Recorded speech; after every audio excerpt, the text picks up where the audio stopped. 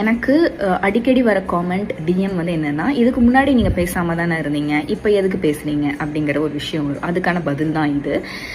Daily காலையில் எழுந்திரிச்சோடனே நான் TVK supporters, அது எந்த கட்சியை சேர்ந்தவங்களா இருந்தாலும் சரி, நான் டிவிகே சப்போர்ட்டர்ஸ் வந்து காலையில் எழுந்திரிச்சு வெளியில் வர ஃபேக் நரேட்டிவ்ஸ், ஃபேக் நியூஸை ரிசர்ச் பண்ணி டேட்டாவோட இதுதான் உண்மை அப்படின்னு ப்ரூவ் பண்ணி வீடியோ போடுறதே ஒரு வேலையாக போச்சு ஒன்று.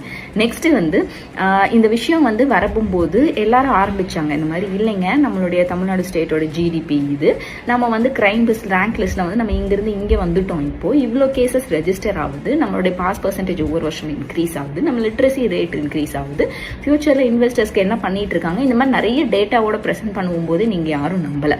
ஸோ நாங்களும் என்ன நினைச்சோம், வி ஹவ் ஆல்ரெடி சேஞ்ச், நிறைய சேஞ்சஸ் நடந்துட்டு இருக்கு, வி வாண்ட் ப்ராக்ரஸ் அப்படின்னு நினச்சி தான் நாங்கள் அந்த கட்சிக்கு நாங்கள் ஓட் போட்டோம். நம்ம வந்து எப்போ நம்மளுடைய பேருக்கு பின்னாடி அந்த ஜாதி பேரை தூக்கிட்டு நம்ம அப்பா பேரை வச்சோமோ அப்பவே சேஞ்ச் நடக்க ஆரம்பிச்சிருச்சு. So all we wanted is progress. So அதனால தான் ஒவ்வொருத்தவங்களும் அவங்க கட்சிக்கு ஓட்டு போட்டாங்க.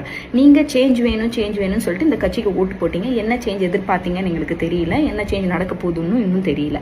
ஸோ இது வந்து ஒரு தப்பான இடத்துல போயிட்டு இருக்கு அப்படின்னு சொல்லிட்டு எல்லாரும் சென்ஸ் பண்ணனால மட்டும்தான் அப்போ இருந்த அமைதியாக இருந்த ஒவ்வொருத்தரும் இப்போ அவ்வளோ வீடியோஸ் போட ஆரம்பிச்சிருக்காங்க. அதனால மட்டும்தான் இவ்வளோ வீடியோஸ் நீங்கள் பார்க்குறீங்க. நீங்கள் இதுக்கு மேலே அமைதியாக இருந்தால் வேலைக்கு ஆகாது, we have to talk, we have data அப்படின்னு சொல்லி தான் ஒவ்வொருத்தரும் உட்காந்து மெனக்கெட்டு வீடியோஸ் போட ஆரம்பித்தாங்க, இதுக்கு மேலே அமைதியாக இருக்கக்கூடாதுன்னு.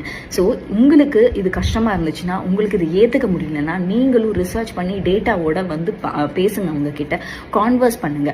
உட்காந்து கெட்ட வார்த்தை பேசுறது, அசிங்கமாக திட்டுறது, இது வந்து ஒரு ஹெல்தியான கான்வர்சேஷனே இல்லை. இது வந்து